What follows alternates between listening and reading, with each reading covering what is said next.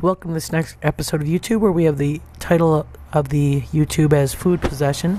And I know it looks like we're starting out with another episode of gnawing behavior, but we're more focused in on here on the space issues around wolves consuming. And you can see as the camera comes within about 2 feet, Denali lets out a growl and ears go a little bit back in kind of an airplane ear posture, and certainly shows his possession of that food item. So again, we've talked about that before with wolf behavior, that they will initiate a food possession. Usually, regardless of your rank within the pack, you have the right to guard and possess food. So we're kind of demonstrating that a little bit. And obviously, you can see we have snow on the ground, making for a lot of wolf tracks and a lot of activity within the enclosure.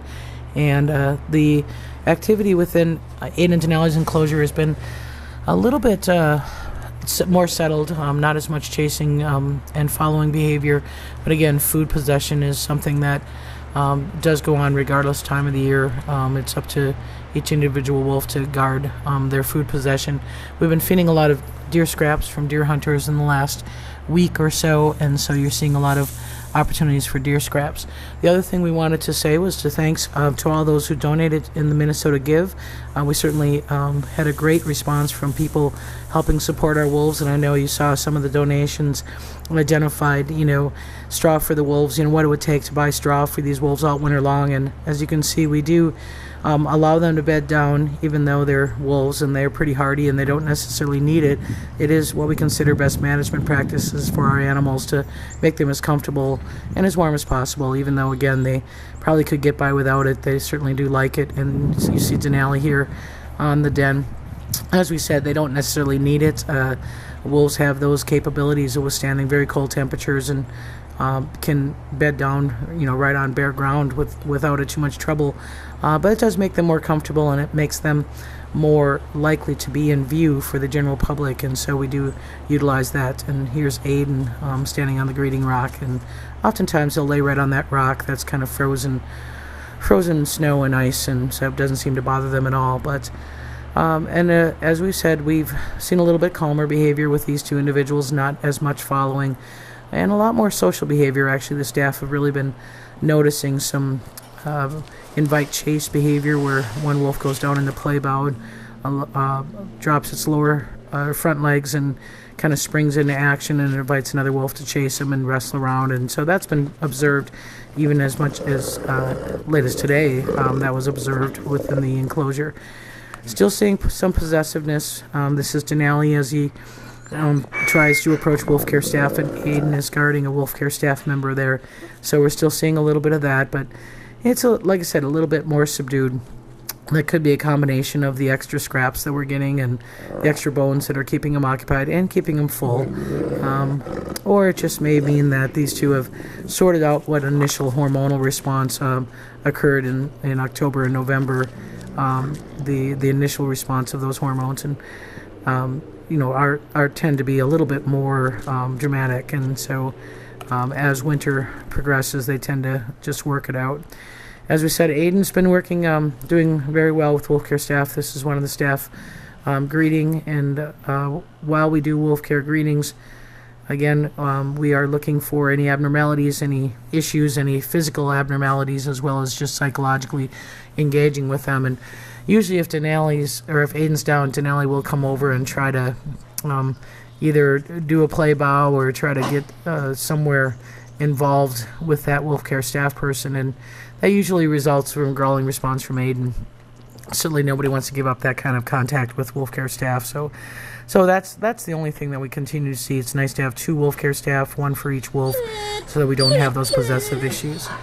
And then in Grizzly's enclosure, for whatever reason, he's been doing a little bit more whining, and maybe that's he's picking up on Aiden and Denali sometimes when they're chasing around, and that makes him go into a chase. And so, as we've said before, we have the enclosures designed so he can kind of come and go, and he goes over to the wolf yard and he comes up to that new den.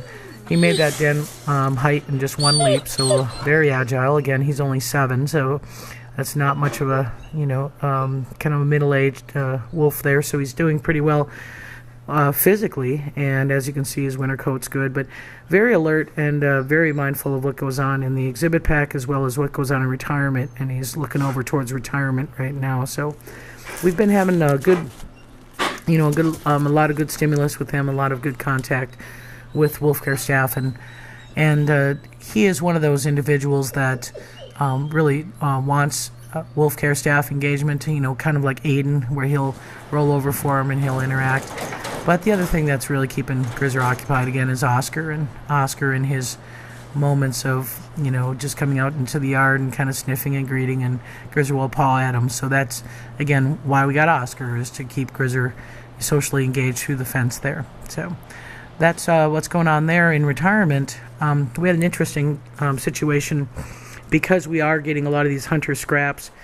That means that there's a lot of parts able to be cached and possessed.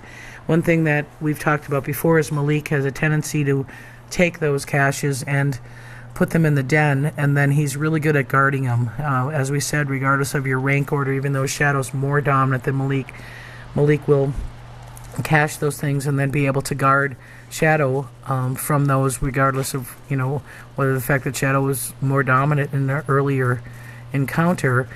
And we had that last Wednesday where basically Shadow was not able to interact and not able to even actually go into the den because of Malik.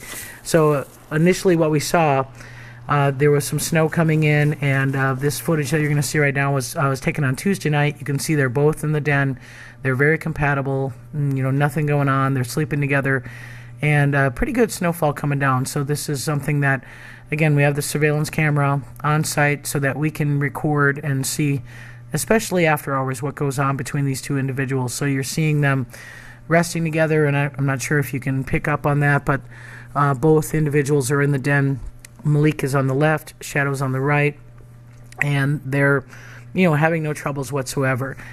As we advance in the day, into the next day, we fed Shadow and Malik basically 2 or 3 bags of deer scraps, and so essentially there was maybe 20 or 30 different parts that they were able to possess.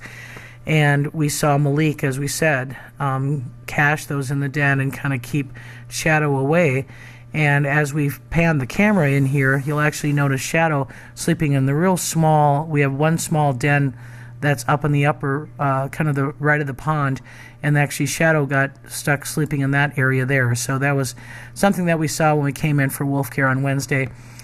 We decided to clean out the den and give Shadow his space back, and so then the next day we see them back socially engaging, inviting play, doing play bows, and getting along just fine. So once we took away the items for Malik to possess, we seem to get back to normal in there. So that is something that, again, is Shadow's characteristic. He does not violate Malik's food defense space, and that means that he will allow Malik to gain some status, and that it can affect him for several days afterwards. So something that we definitely want to keep an eye on. And when we do feed, again, small scraps, we'll just make sure that we maybe put them towards the back of the pen and don't put them near the den, so that might encourage him to cache somewhere else and not possess it. So anyway, so like I said, after that period of time, it took Shadow a day or two to get back into the swing of things, and starts doing some posturing over Malik, and gives Malik a direct eye stare. Makes Malik avert gaze, and then Shadow gets a response from Malik of direct eye contact, and he averts gaze. So we'd like to end this YouTube with a little clip of Oscar. His own food possessions are a little bit different. Instead of growling at it and keeping it away from us, he'll just pick it up and run with it. So if we were to try to take that from him, he would play keep away. And so everybody's different, and the wolves are watching Oscar do this, and they really just are entertained more than anything. It doesn't seem to bother them at all that he's got one of their deer legs on the other side of the fence. So the only other news we have is those of you who had been behind the scenes may remember the rock that was in the way in the parking area. 3 Vermilion students, a yellow cart, and a rope did move that about a 300-pound rock. We moved it so that the puppies could have access to the bigger rocks, so it's kind of a stepping stone there. So did get that done this week, and that was great because it's snowing, and that's where we plow. So we're glad to get that rock out of the way. So again, that's it for YouTube. Thanks for watching, and catch you next week.